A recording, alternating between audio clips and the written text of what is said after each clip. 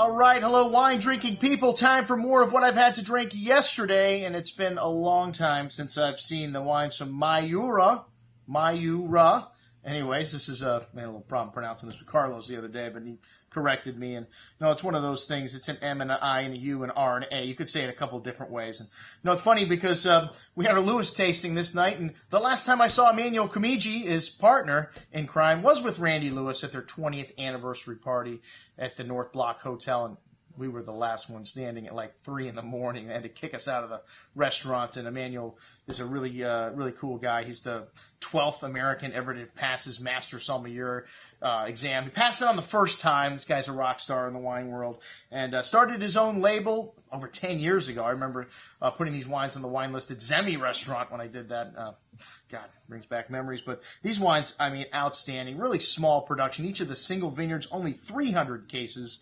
And the Monterey County Pinot, they needed something with some kind of production to, for by the glass placements and stuff. This is the third year they've made this wine, and it's excellent as well. The majority of this Monterey in 2009 comes from the Mission Ranch, which lies in the southwest part of Monterey County, borders the Santa Lucia Highlands, one of the top areas for Pinot Noir in California, and the famous Pisoni vineyards, only half a mile as a crow flies away. The winemaker Byron Kusage has been advising the gentleman that owns this vineyard, Steve McIntyre, for about 7 years now, and they've been making wines from this property, all naturally made, just like all their other wines, on their natural wild yeasts. And they own all their vineyards in Spain. They also have a project in Spain where they own all the vines. They buy everything from people that they know, lease fruit here.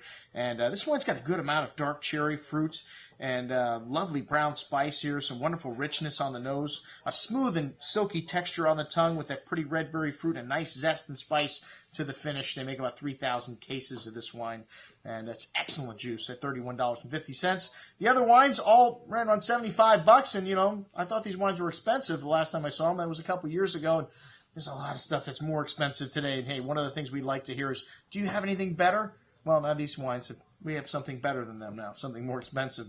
Because they used to be some of the most expensive wines in their category. The Talley's Vineyard, this is a vineyard they've been working with, their longest relationship with any grower. And this wine was a little weird to me today. It was really devoid of fruit, had a lot of earthy notes to it, and dried brown spice and truffle notes, bacon fat.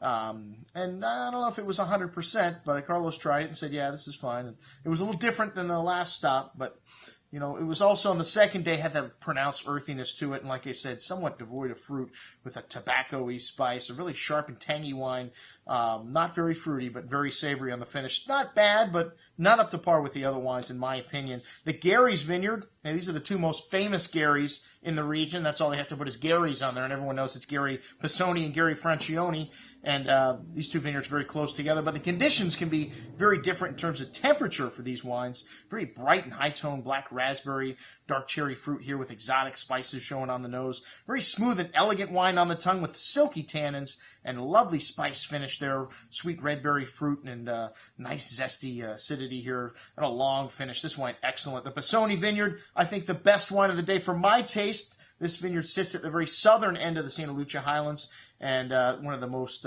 sought-after vineyard sites for Pinot Noir in all of California. Lovely raspberry coulis, exotic spices, pretty floral notes, very complex array of aromas. A little earthy barnyardy character starting to come out on the second day as this wine opens up, even more complex. One of the things I like when I taste these wines on the second day to really notice what happens to them. And I find the best wines really open up on the second day and even show more of their stuff. This wine has a lovely spice and nuance on the tongue, velvety tannins, but it's got some tannins there. This wine's really well built, a firm hand of acidity holding things together, echoing that nuance and spice from the nose through the finish. Most excellent juice, my favorite of the three. That's what we had with Miura Vineyards. I'm your host, Andrew Lampasoni, signing off for the Wine Watch, saying remember, always drink the good stuff first.